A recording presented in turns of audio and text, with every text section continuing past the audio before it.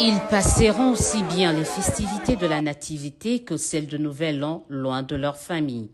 Nous sommes dans l'enceinte de la police criminelle de Lubumbashi, province du Haut-Katanga. Ces jeunes, pour la majorité désœuvrés, délinquants, ont été arrêtés par la police et remis ce mercredi 18 décembre 2024 au service national. À l'extérieur de l'ex-BCRS, des membres des familles en pleurent. Des scènes devenues quasi habituelles en pareille opération, mais loin d'entamer la détermination des autorités. C'est par convoi, escortés par le commandant du service national en personne, qui sont arrivés à la base militaire de la Loano.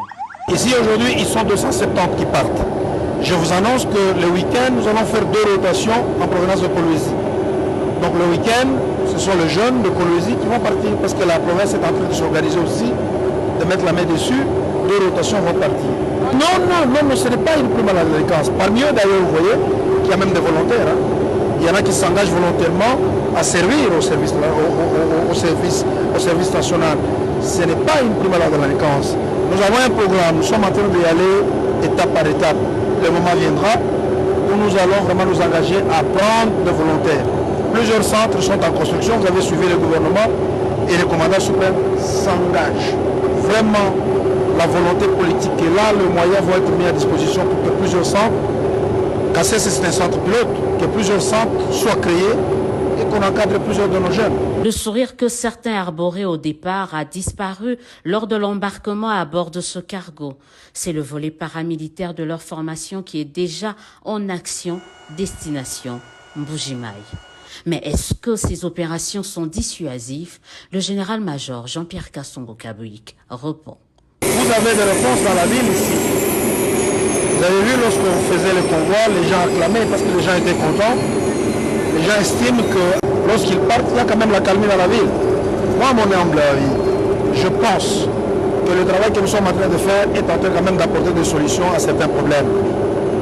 Posez-vous la question, si on n'avait pas pris l'initiative, ou le commandant suprême n'avait pas pris l'initiative d'engager le service national dans l'encadrement de la jeunesse des Évrais, où serons-nous aujourd'hui?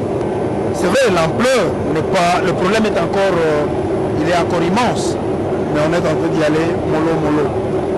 De la même manière que vous me posez cette question, autrefois on me posait la question, les gens n'étaient pas sûrs que les jeunes que nous prenons, ils vont bien être encadrés, qu'ils vont changer. Aujourd'hui, les résultats, les comment?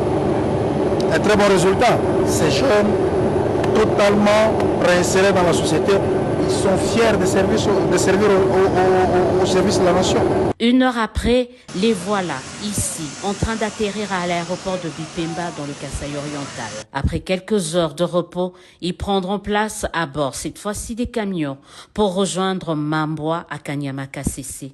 Ils y seront logés dans un des pavillons situés au centre d'instruction et de formation Félix-Antoine Tshisekedi, lieu de la seconde chance que beaucoup ont saisi et sont devenus aujourd'hui bâtisseurs de la nation.